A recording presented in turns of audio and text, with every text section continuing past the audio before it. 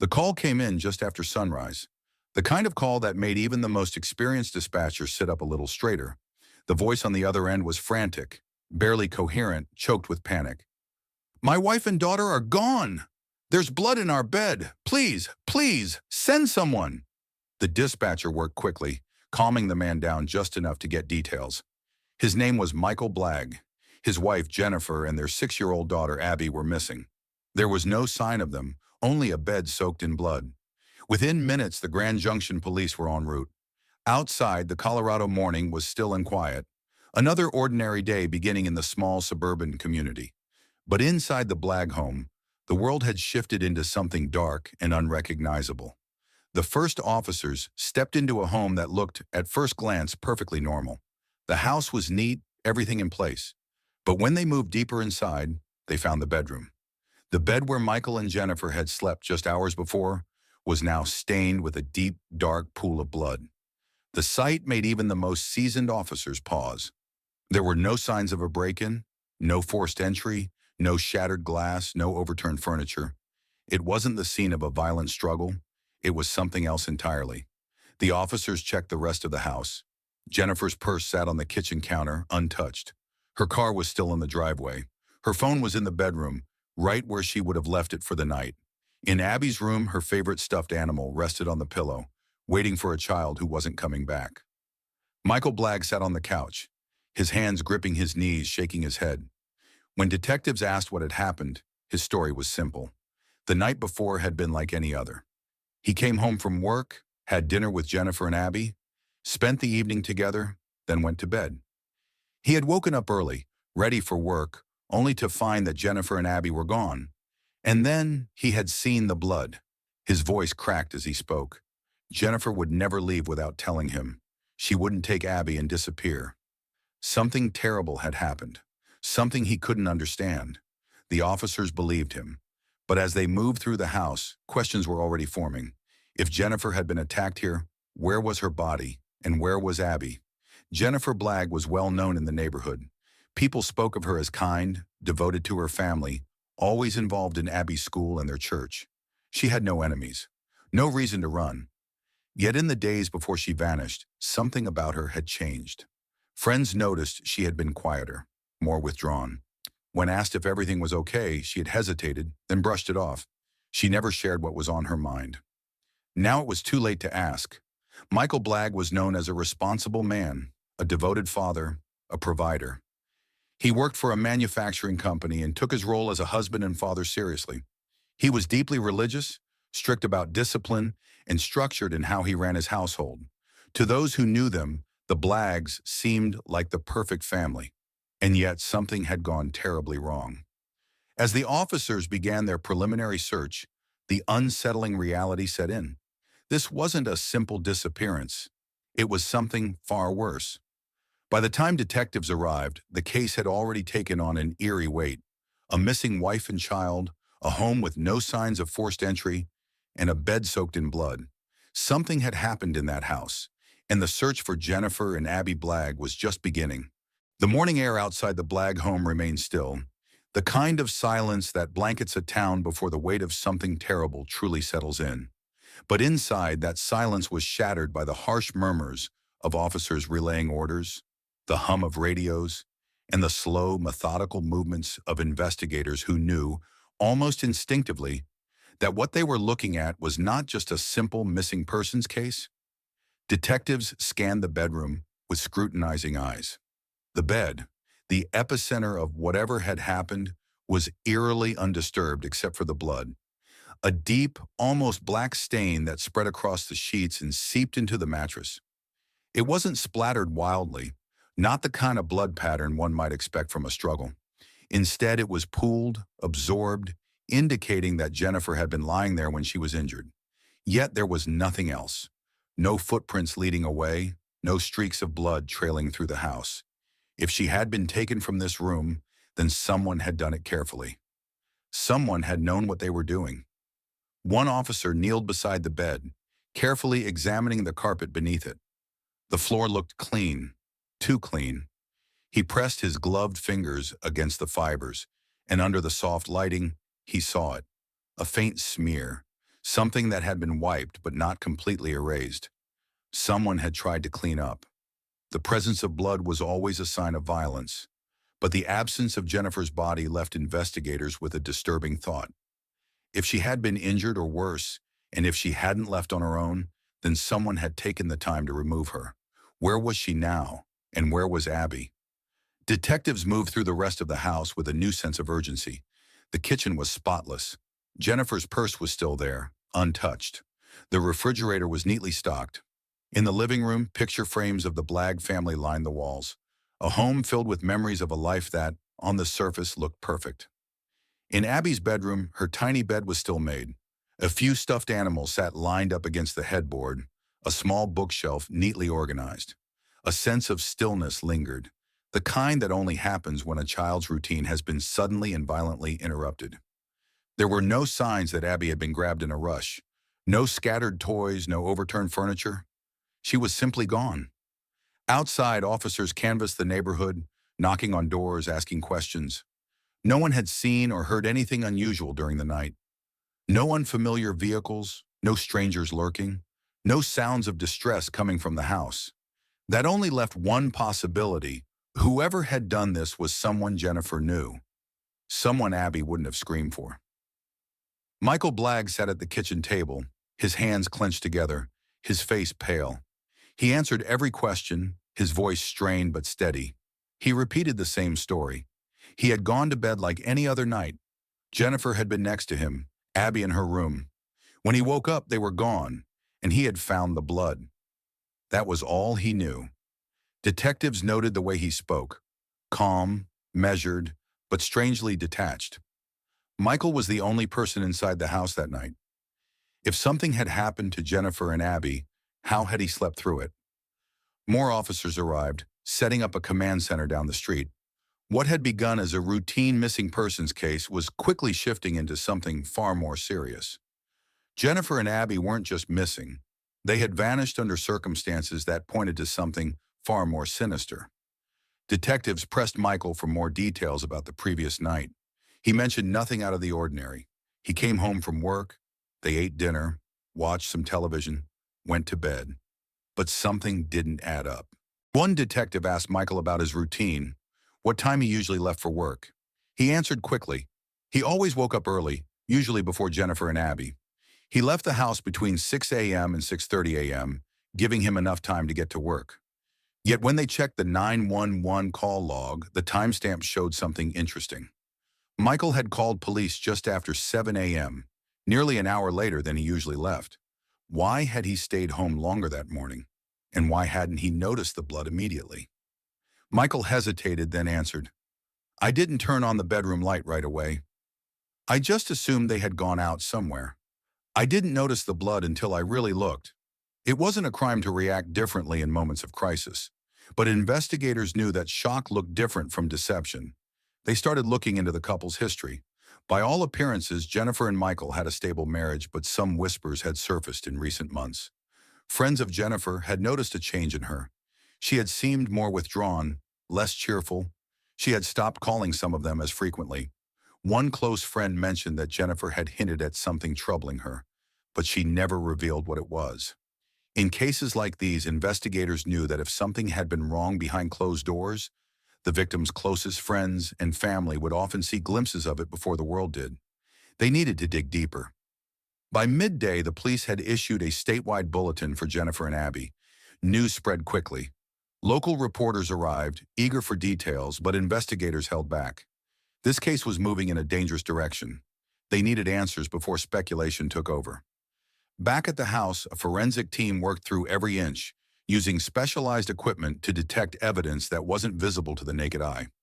In the bedroom, they used luminol, a chemical that reacts to the presence of blood, even if it has been cleaned.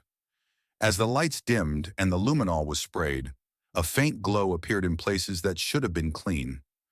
The floor beside the bed, a small section of the wall, the bathroom sink.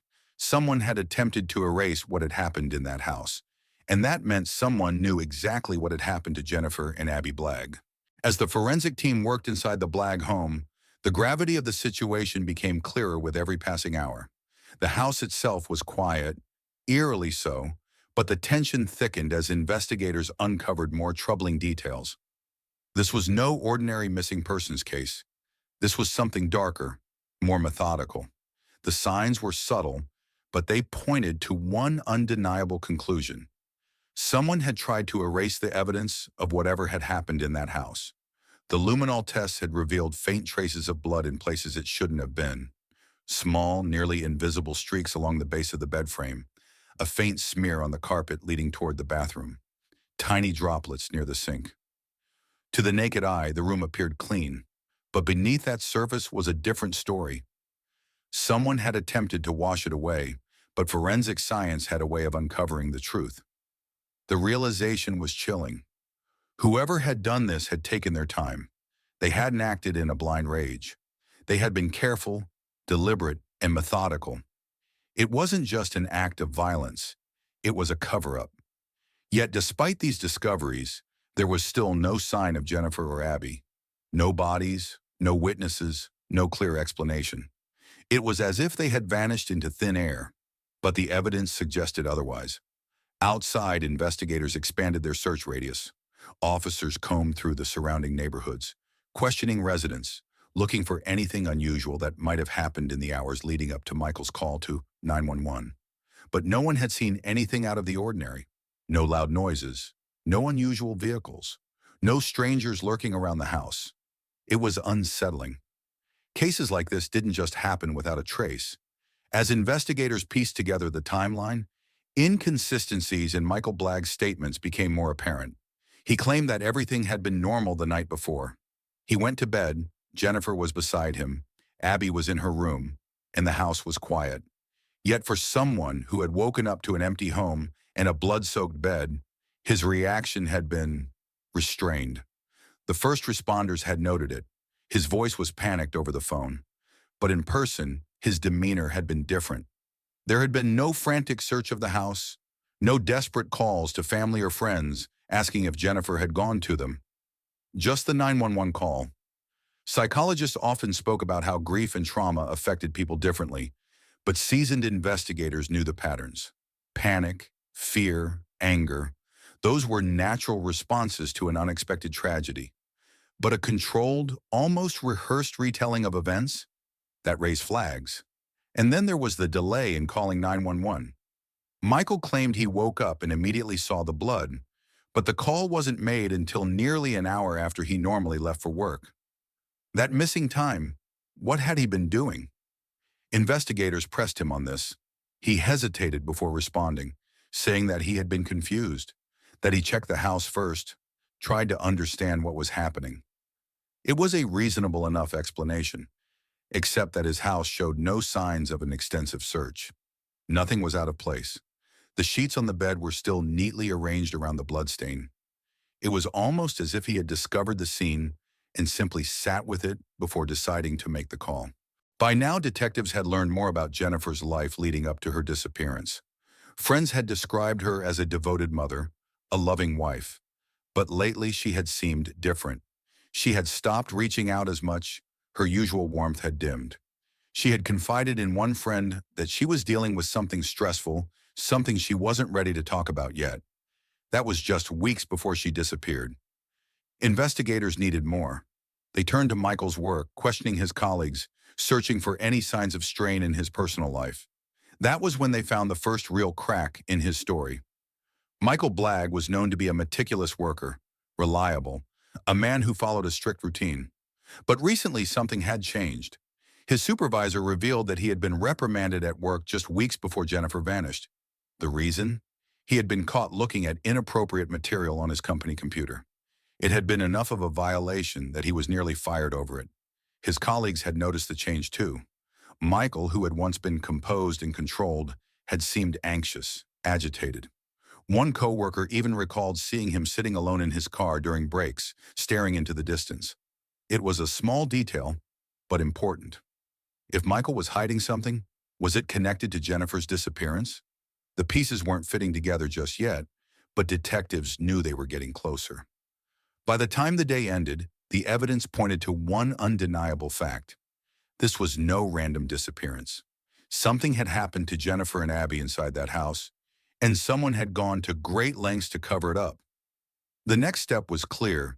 If Michael Blagg was telling the truth, then somewhere out there was a person responsible for making his wife and daughter vanish. If he wasn't telling the truth, then the person they were looking for was sitting right in front of them. Investigators weren't ready to make an arrest yet, not without more evidence. But as they left the house that night, they knew one thing for sure. Michael Blagg was no longer just the grieving husband. He was now the prime focus of their investigation. The sun had barely risen when detectives resumed their investigation at the Blagg home, but the air already carried the weight of something unspoken.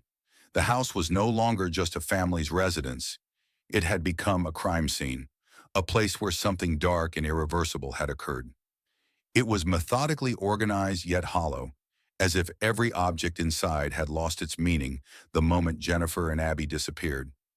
The framed photos on the walls showed a smiling family, a father holding his daughter in one, a mother embracing her child in another.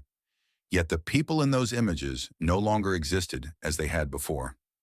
Detectives moved with purpose, examining every inch of the house, searching for something, anything, that could explain the eerie emptiness. The kitchen counters were immaculate, the living room undisturbed. Jennifer's purse still sat untouched on the counter. Her car remained parked outside. There was no logical reason for her to have left voluntarily, certainly not without her 6-year-old daughter. But the blood in the bedroom, the faint smears detected by luminol, those told a different story. Someone had tried to erase the truth, and whoever did it knew how to clean up just enough to make it look as though nothing had happened. Outside, the search had expanded. Officers combed through the neighborhood again, re-interviewing neighbors, hoping that someone had seen something. A car parked at an odd hour, a stranger near the house, anything. But the responses were the same. No one had seen Jennifer or Abby leave. No one had heard a struggle, no doors slamming, no shouts for help. It was as if they had been plucked from existence while the rest of the world kept turning. This silence wasn't comforting. It was chilling. Investigators knew that in cases like these, answers rarely came from strangers lurking in the night.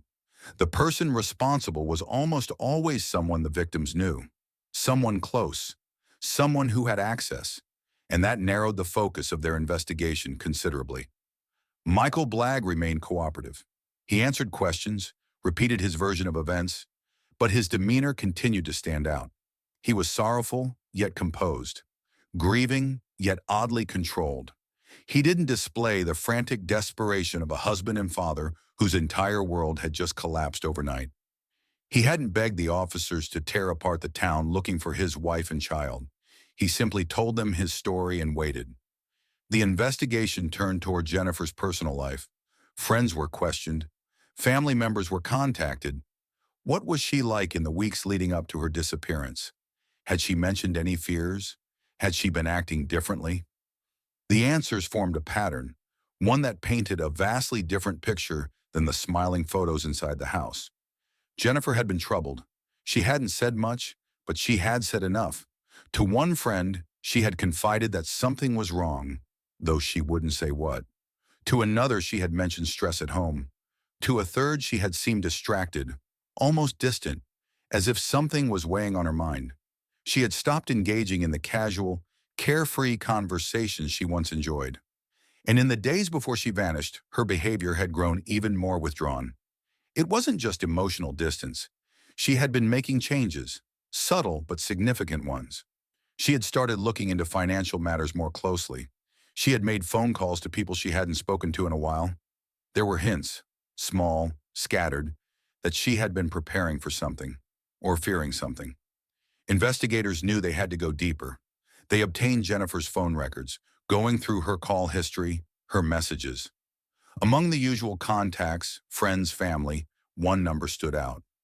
A call she had made just days before she disappeared. It wasn't a familiar contact. It wasn't a friend or relative. It was the number for a local divorce attorney. The moment that information surfaced, the investigation shifted. Jennifer had been reaching out for legal help. She had been taking steps towards something, a separation, maybe even an escape, but she had never made another call. There had been no scheduled meetings, no follow-ups. It was as if someone had found out what she was planning before she could take the next step. And then she was gone. Michael was questioned again. Detectives didn't reveal what they knew just yet. They wanted to see how he would react, how he would handle the mounting pressure. They asked about his marriage, about any arguments he and Jennifer may have had, about any problems she had mentioned. His response was immediate. We had a good marriage. Jennifer was happy. We were happy. It was a simple answer. Too simple. He didn't acknowledge any issues, no struggles, no tensions. He painted a picture of perfection, one that directly contradicted what Jennifer's friends had said. And yet the blood was in the bedroom. The cleanup had been attempted. The woman who had been searching for legal help had disappeared before she could act on it. The missing time on the morning of the disappearance was still unaccounted for. The contradictions were stacking up. Detectives obtained Michael's financial records next. If Jennifer had been looking into their finances, there had to be a reason, and that was when another red flag appeared. A discrepancy in their accounts. Money had been moved, transferred quietly, withdrawn in small amounts. Jennifer had been trying to access funds without drawing attention, but had she been able to do it in time? Or had someone discovered what she was doing? The deeper they dug, the more questions arose. Jennifer had been planning something, but she had run out of time, and now she and Abby were gone. Detectives faced a grim reality. The chances of finding Jennifer and Abby alive were diminishing with every hour that passed. They had been missing for days now. No one had seen them. No one had heard from them. There were no ransom demands, no communications. This wasn't an abduction. It wasn't a hostage situation. It was something worse. Jennifer had seen something coming. She had tried to prepare for it, but she hadn't escaped it. The only question now was whether Michael Blagg was a grieving husband or a man with a secret, and the answer was getting closer. The weight of Jennifer and Abby Blagg's disappearance hung over Grand Junction like an approaching storm.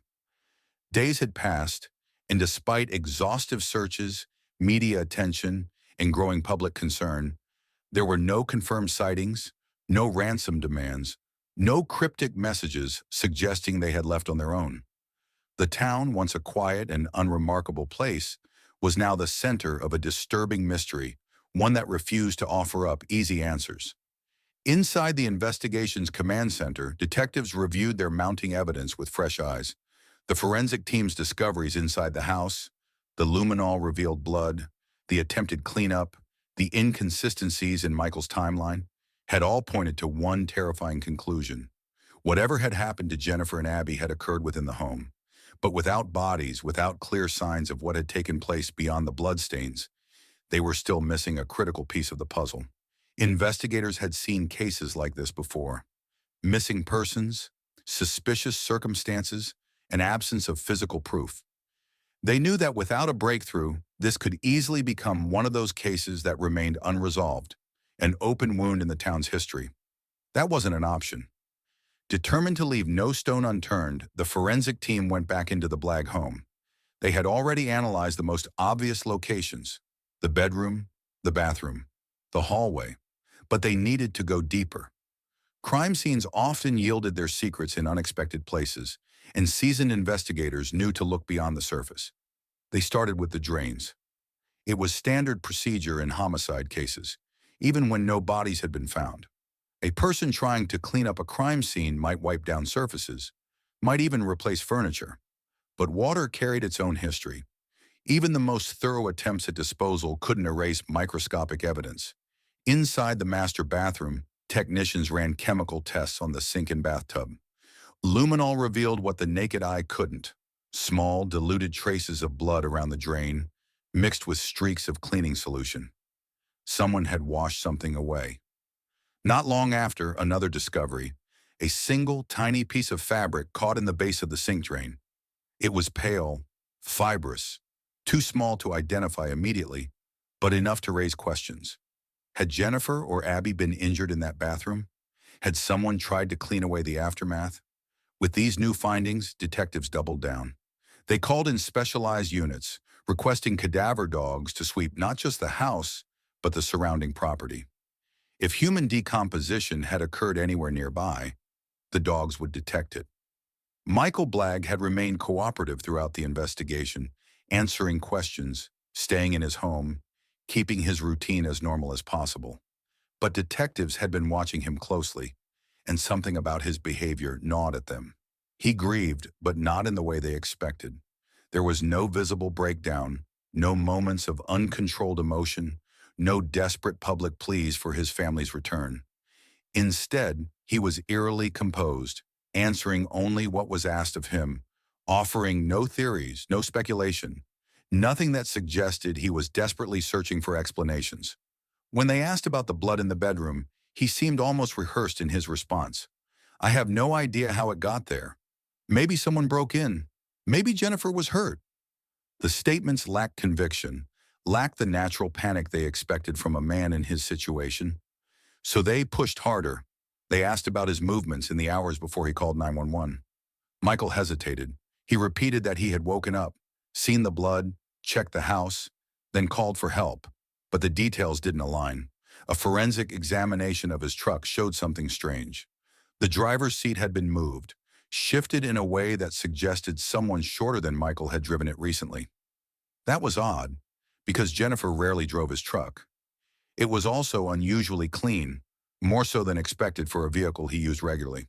There was no visible blood, no obvious evidence, but investigators weren't convinced. The next move was inevitable. They seized Michael's truck for a more in-depth forensic examination, stripping the seats, vacuuming the fibers, testing for anything that might have been overlooked. And within days, they found what they had been looking for: microscopic traces of blood deep in the carpeting beneath the passenger seat. Not enough to be immediately visible, but enough to be damning. They sent it for DNA testing. Meanwhile, the investigation expanded to include Michael's digital footprint. If Jennifer had been planning to leave him, had he known? Had he discovered something? Investigators subpoenaed his phone records, his emails, his online activity. They found that, in the weeks leading up to Jennifer's disappearance, Michael had been researching disturbing topics. Not outright incriminating, but concerning. Discussions on finances, custody battles, the stress of divorce. He had also searched information about bloodstain removal, long before Jennifer had vanished. This was no longer just suspicion.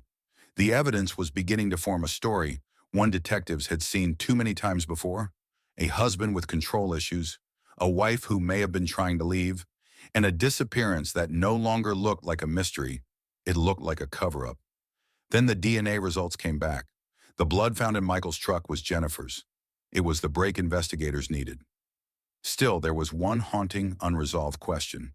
If Jennifer had been in the truck, where had she been taken? And more terrifyingly, where was Abby? Detectives prepared for the next step. Michael Blagg was no longer just a person of interest. He was their prime suspect. The only thing left was to find the bodies. The case was on the verge of breaking wide open. The discovery of Jennifer's blood in Michael Blagg's truck had changed everything. What had started as a missing persons case was now being treated as a homicide. No one said it out loud, but the truth was becoming undeniable. Jennifer had not left that house alive, and yet her body was still missing.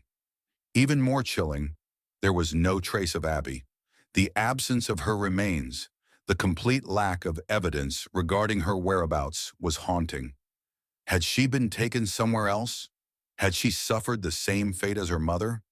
Or was she still out there, trapped in some unknown fate? Investigators knew they had to work quickly. If Michael had transported Jennifer's body in his truck, then there was a destination. Somewhere he had left her. It was only a matter of figuring out where. The surrounding areas were vast and desolate. Grand Junction was bordered by remote stretches of land, canyons, and open fields where a body could easily disappear. The thought of searching through miles of rugged terrain was overwhelming, but they had no choice. If they didn't find Jennifer soon, they might never find her at all. The search began with tracking Michael's movements. Investigators scoured surveillance footage from nearby intersections, gas stations, and convenience stores, hoping to pinpoint any unusual activity on the morning of Jennifer's disappearance. But nothing stood out. His truck had not been captured making any unusual stops. There were no records of him driving anywhere he wouldn't normally go. It was frustrating because they knew the answer was right in front of them. They just hadn't found it yet. Then someone suggested looking at something often overlooked in cases like these: garbage collection. If Jennifer's body had been transported somewhere in the early morning hours, and if Michael had wanted to dispose of her Without being seen, one of the most efficient ways would have been to place her in a dumpster. From there, the waste collection system would take over, carrying her far away before anyone realized she was missing. Detectives checked the waste management records for the Blagg residence. The results were disturbing. Trash had been picked up from their neighborhood early on the morning Jennifer disappeared, just hours before Michael called 911. The garbage from that route had all been taken to a single location, the Mesa County landfill. The realization sent a chill through the investigative team. Searching a landfill for human remains was one of the most difficult, time-sensitive, and emotionally grueling tasks a law enforcement team could undertake. Unlike crime scenes where evidence remained largely undisturbed, a landfill was in a constant state of movement. Garbage was dumped, buried, compacted, and layered. If Jennifer's body was in there, it was already buried under thousands of pounds of waste. Despite the near impossible odds, they had to try. A specialized team was brought in, including forensic anthropologists, landfill engineers, and search and rescue experts trained in large-scale excavation. Based on waste collection records, they estimated the most likely location where the garbage from Michael's neighborhood had been dumped. It was a massive operation, requiring heavy machinery to dig through mountains of refuse, and a dedicated team to comb through every pile, searching for anything that didn't belong. Days passed.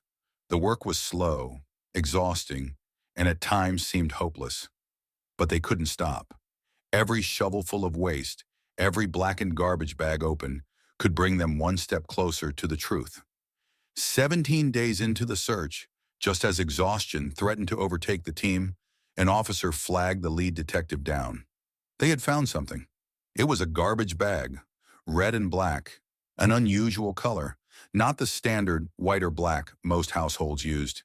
It stood out among the sea of refuse, heavy, intact, carefully wrapped. The moment the team saw it, a heavy silence fell over them. They knew what they had found before they even opened it. Inside was the decomposed body of Jennifer Blagg. She had been wrapped with precision, as if whoever had done this wanted to keep her contained, hidden.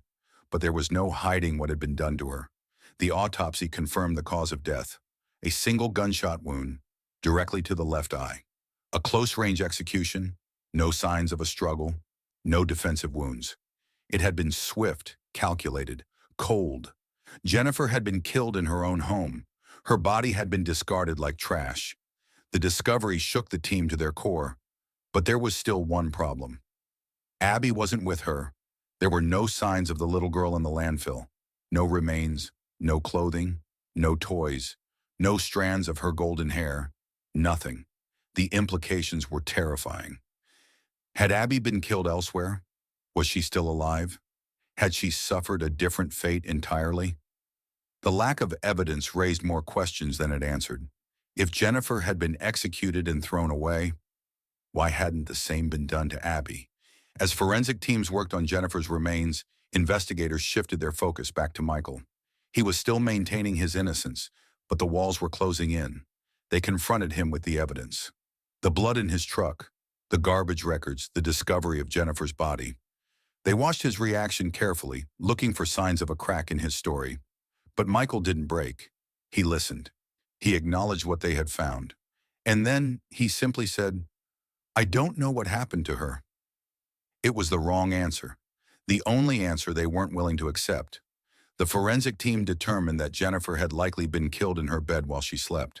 The lack of defensive wounds, the position of the gunshot, all pointed to an execution rather than a struggle. She hadn't fought back. She hadn't had the chance. The last known person to see her alive was Michael, and now the only person who could tell them what had happened to Abby was Michael.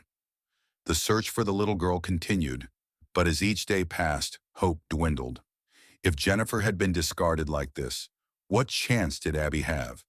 Detectives were no longer asking whether a crime had occurred. They knew it had. Now they needed to prove it. Michael Blagg had become more than just the grieving husband. He was now their prime suspect, and the evidence was mounting. Jennifer Blagg's body had been found. The autopsy confirmed what investigators had feared. She had been executed in her own home, a single bullet to the eye, with no sign of struggle, no defensive wounds. It had been quick, calculated. There was no evidence that she had fought back, No indication that she had even been awake when the shot was fired. And yet, for all the answers her body provided, there was still one haunting, unresolved question. Where was Abby?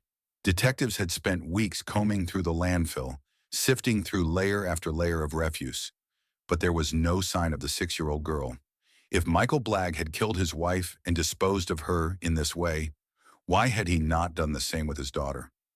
The lack of Abby's remains forced investigators to consider darker possibilities. Had she been killed elsewhere? Had she been hidden in a place where no one would find her? Or was there a chance, however slim, that she was still alive? There was only one person who could provide those answers, and he was still sitting in his home, living his life as if his world had not just come crashing down around him. Michael Blagg had remained steadfast in his grief-stricken husband role. He had not lashed out in anger, had not broken down in despair. He had wept when appropriate, answered every question calmly, and never once demanded justice for Jennifer. He had expressed no real frustration with the police, no outrage at the discovery of his wife's body in a landfill, no pleas for them to keep looking for Abby. His behavior had unsettled detectives from the beginning. It wasn't just his demeanor. It was the lack of reaction, the absence of the emotional urgency they had seen in so many families of missing persons. There had been no frantic public appeals, no desperate attempts to rally search efforts for Abby. And now the evidence against him was stacking up. They had his truck, where Jennifer's blood had been found. They had his suspicious internet searches. They had the carefully executed murder. But what they didn't have was a confession. They needed more. Investigators began to dismantle Michael's alibi, combing through his work schedule, checking surveillance footage, questioning colleagues again. They wanted to know exactly what time he had left the house on the morning of Jennifer's disappearance, exactly what time he had arrived at work. If they could prove that he had a window of time unaccounted for, they could place him at the scene of the crime. Michael had initially told police that he left home around 6 a.m. that morning, his normal routine. He had said goodbye to Jennifer and Abby, both of whom, he claimed, were still in bed.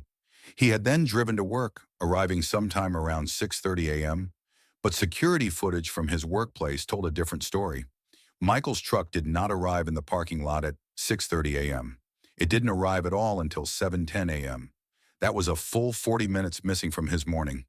40 minutes was more than enough time to load a body into a truck, more than enough time to drive it to a nearby dumpster, more than enough time to cover up the first step in a murder. Detectives knew what had happened, but they needed to hear it from him. They called Michael back in for questioning, this time treating him as more than just a grieving husband. He was now a suspect, and they weren't going to let him walk away without a fight. He sat across from them in the interrogation room, his hands folded on the table, his expression neutral. The lead detective laid out the evidence. They confronted him with the blood in his truck. He had no explanation. They confronted him with the gunshot wound, the clear execution-style killing. He said he had no idea who could have done such a thing. Then they confronted him with the missing 40 minutes. Michael hesitated. He shifted in his chair. It was the first visible crack in his composure. He repeated his timeline, sticking to the same story he had given before. But the detectives weren't letting him off the hook. They pressed him. If he had left at 6 a.m., why wasn't his truck seen on the security footage until after 7 a.m.? What had he been doing in that time? Michael gave no answer. He was unraveling. But without a confession, without a clear answer on Abby's whereabouts, they still didn't have enough to arrest him. So they changed tactics. They went to the one place where emotions couldn't be controlled, his home. They brought in cadaver dogs. The dogs, trained to detect human decomposition, were sent through the Blagg residence. They sniffed the bedroom, the bathrooms, the truck.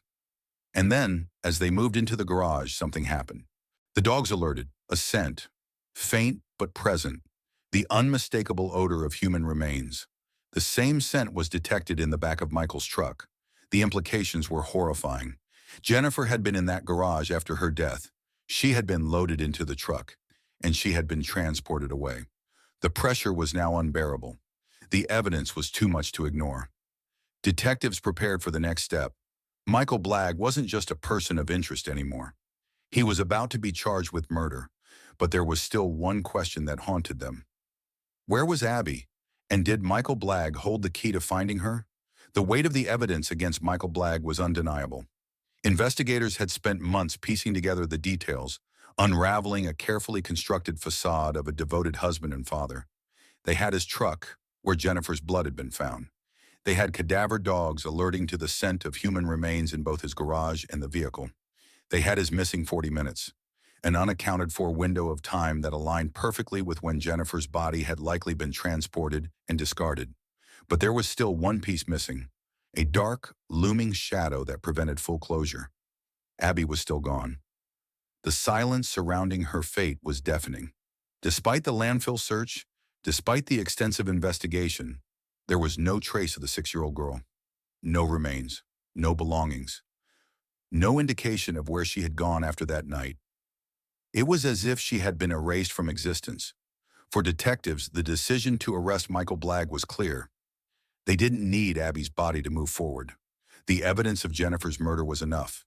The overwhelming circumstantial and forensic proof, combined with Michael's inconsistencies, painted a chilling picture of what had happened inside that home. Jennifer hadn't vanished. She had been murdered in cold blood, and there was only one person who could have done it. Now they just had to bring him in. It happened in the early morning hours. A team of officers approached Michael's home, moving with precision and quiet authority. The warrant had already been signed. They were ready for anything: resistance, a chase, even a violent outburst. But when they knocked on his door, the man who answered was eerily calm. Michael looked at them, his face unreadable, and for a moment there was nothing. No shock, no anger, no demands for an explanation. Then finally he spoke. "I figured this was coming." That was it. No denials, no outrage, just quiet acceptance. It was the first true crack in his carefully controlled demeanor. He was handcuffed, read his rights, and placed in the back of a squad car. As they drove him away, neighbors peeked through curtains, watching as the man they had known as a devoted husband and father was taken into custody. Michael didn't say a word. He just sat in silence, staring straight ahead. Michael Blagg was formally charged with first-degree murder, tampering with evidence, and abuse of a corpse. The case against him was strong, built on months of meticulous investigation, forensic science, and behavioral analysis. Prosecutors wasted no time laying out their narrative. The controlled execution of Jennifer, the disposal of her body in the landfill, and the disturbing absence of Abby. But Michael had one last weapon: his defense team. They came out swinging, attacking the prosecution's case from every angle. There is no murder weapon, there are no eyewitnesses, there is no video evidence placing Michael at the crime scene. There is no body for Abby. It was a familiar strategy: sow doubt, poke holes, create just enough uncertainty to make conviction difficult. They pointed to Michael's lack of a criminal record, his reputation as a hardworking man, his status in the church. They portrayed him as a grieving husband being unfairly targeted by overzealous detectives who, unable to solve the case, had chosen the most convenient suspect. Most damaging of all, they weaponized Abby's disappearance. If Michael Blagg is guilty of killing his wife, then where is Abby? Wouldn't he have done the same thing to his daughter? If this was a crime of violence, why is there no trace of her? If this was premeditated, why not dispose of both bodies the same way? The prosecution countered with their own damning questions. If not Michael, then who? Why was Jennifer shot execution style with no defensive wounds? Why was her blood found in his truck? Why did he clean the crime scene? Why did cadaver dogs detect human decomposition in his garage? Why did he wait an hour to call 911 after discovering the crime scene? The courtroom was electrified. Every day, new revelations surfaced, each one sending shockwaves through the public. Journalists packed the gallery, reporting every development with breathless urgency. News anchors dissected the case on primetime television.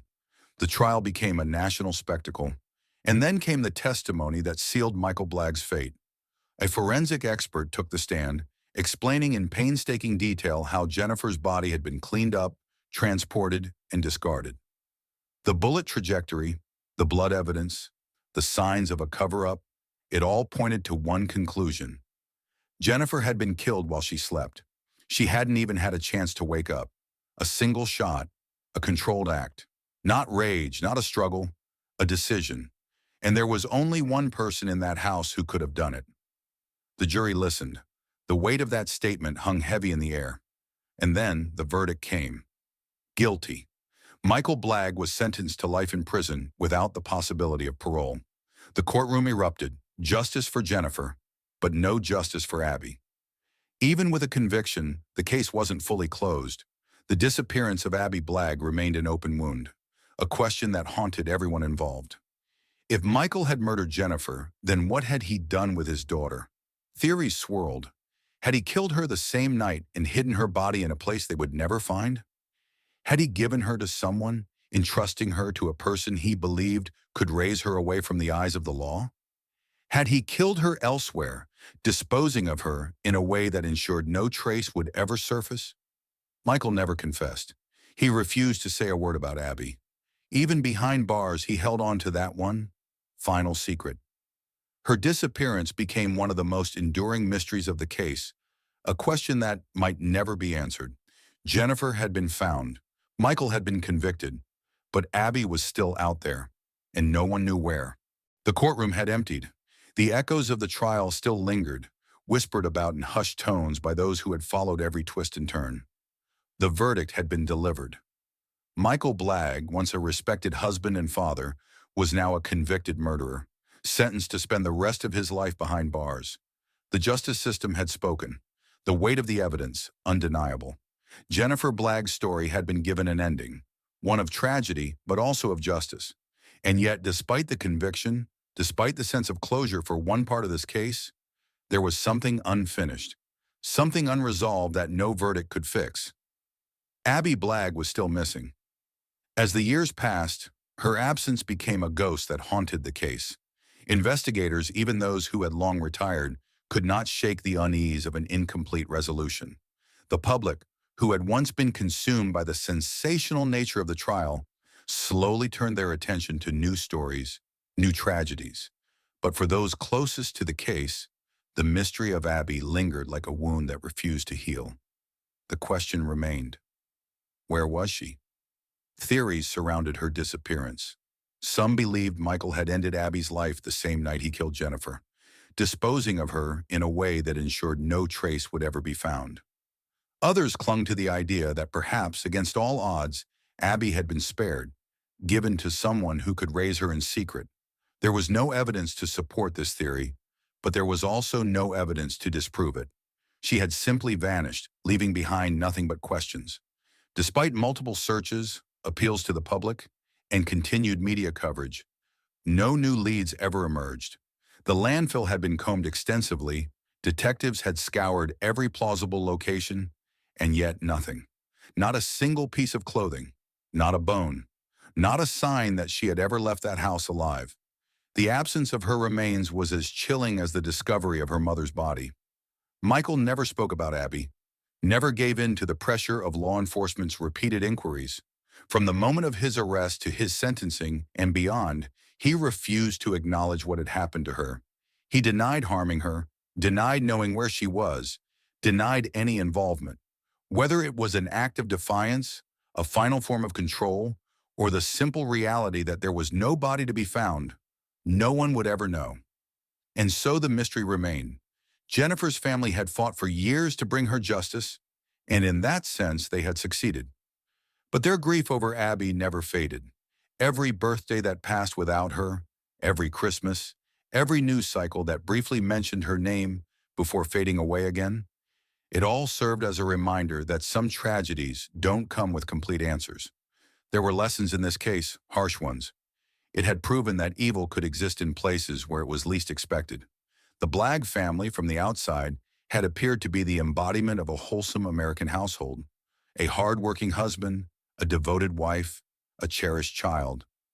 But underneath that image, there were fractures, cracks that only became visible once it was too late. It was a story about control, about desperation, about the hidden truths that could exist behind closed doors. Jennifer had tried to leave. She had reached out to a divorce attorney. She had made plans, but she hadn't acted fast enough. The reality for so many victims of domestic violence, whether emotional, psychological, or physical, is that the most dangerous time is when they attempt to leave.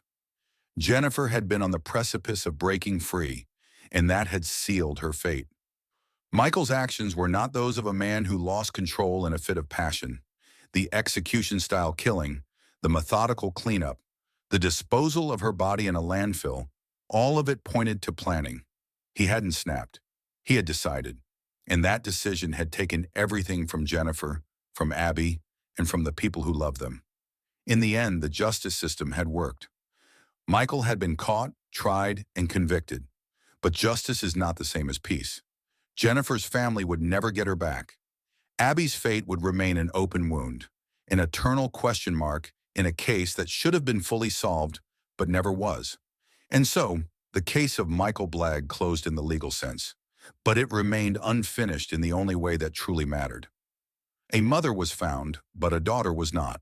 And somewhere out there, the truth about Abby Blagg still remained, buried beneath the weight of silence. Thank you for watching our video. Please subscribe, follow us, and leave a comment. It truly helps us keep bringing you gripping and thought-provoking true crime stories.